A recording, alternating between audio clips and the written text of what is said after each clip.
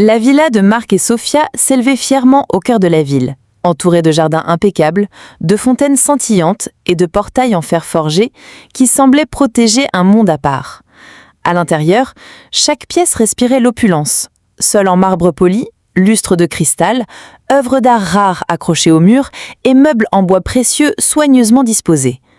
Pour tous ceux qui franchissaient ces portes, c'était un symbole de réussite, de pouvoir et d'élégance. Sophia, vêtue d'une robe de soie ivoire parfaitement ajustée, marchait dans le grand hall avec une démarche qui respirait l'assurance et le contrôle. Ses cheveux soigneusement coiffés, ses bijoux scintillants et son parfum subtil complétaient l'image d'une femme parfaitement préparée à chaque instant. Elle avait appris à Marc à la connaître comme une épouse exemplaire, dévouée, mais derrière cette façade se cachait une ambition sans limite. Hawa, la femme de ménage, entrait dans la villa comme chaque matin. Petite et discrète, avec des vêtements simples mais propres, elle portait toujours son sourire chaleureux et ses gestes attentifs. Depuis 2 ans, elle travaillait chez eux, veillant à chaque détail de la maison, les sols toujours impeccables, les rideaux tirés avec exactitude et les repas préparés avec soin. Elle connaissait chaque recoin de la villa, chaque habitude des maîtres et des invités. Pourtant, malgré sa fidélité et son travail acharné, elle restait invisible aux yeux de ceux qui croyaient qu'une domestique n'avait qu'une fonction mécanique dans la maison. Marc, le milliardaire, entra dans la salle à manger, un costume parfaitement coupé, son téléphone à la main. Homme charismatique et influent, il dirigeait une entreprise admirée dans tout le pays. Sa confiance en Sophia était totale. Il n'avait jamais douté de sa loyauté. Il adressa un sourire à Hawa, qui déposait le petit déjeuner sur la table, et dit « Bonjour Hawa, tout est prêt comme d'habitude ?»« Oui, monsieur Marc, répondit-elle avec douceur. Vos œufs sont à point, le café est chaud et les journaux sont sur la table. » Le matin se déroulait dans un calme presque parfait. Les rires de Sophia résonnaient dans les couloirs alors qu'elle discutait des événements mondains avec ses amis au téléphone, tandis que Marc parcourait ses dossiers et vérifiait les chiffres de son entreprise. Hawa circulait silencieusement, remplissant sa mission sans attirer l'attention, mais observant tout avec une précision subtile que peu soupçonnait. Cependant, ce jour-là, une tension invisible flottait dans l'air. Sophia, en préparant ses bijoux pour la journée, jeta un coup d'œil au trioir et au coffre où étaient conservés les documents et l'argent liquide. Ses mains tremblaient légèrement, non pas de peur, mais de calcul.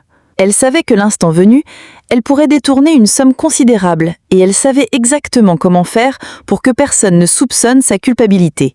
Et pour ça, Hawa serait la cible idéale, innocente, loyale et surtout parfaitement crédible pour être accusée en cas de problème. Hawa, en rangeant les draps dans les chambres, ne remarquait rien d'anormal. Pour elle, chaque journée était un enchaînement de tâches à accomplir correctement et silencieusement. Elle ne voyait pas les regards furtifs que Sophia lançait au coffre, ni les gestes calculés pour préparer son plan. Le déjeuner approchait, et Sophia invita Marc à une réunion improvisée dans le bureau. Marc, absorbé par ses projets, suivit sa femme sans se douter de l'ombre qui planait déjà sur leur maison. Les employés et domestiques continuaient leur travail, inconscients que ce jour-là allait marquer un tournant décisif dans leur vie. Le décor était planté. La villa, l'apparence parfaite de Sophia, la confiance aveugle de Marc et la loyauté d'Hawa.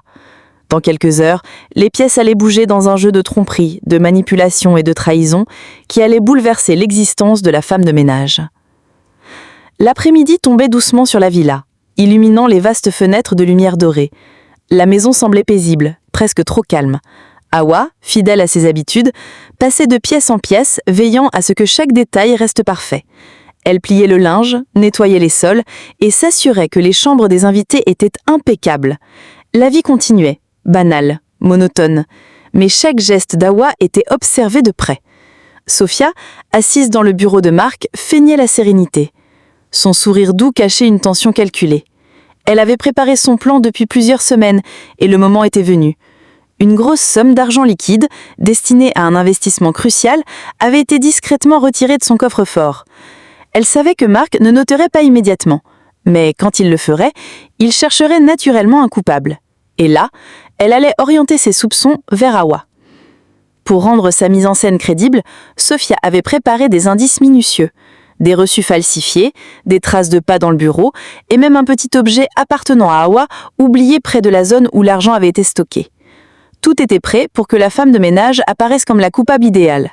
Marc, murmura Sophia, avec un léger tremblement dans la voix, qui trahissait un faux stress. Tu as vu que le coffre est ouvert ? Marc, absorbé par ses documents, leva les yeux. Quoi ? Qu'est-ce qui s'est passé ? Sophia pointa doucement le coffre. Il manque une partie de l'argent pour l'investissement. Je ne comprends pas. Awa était la dernière à s'en occuper ce matin. Abonne-toi pour la partie 2.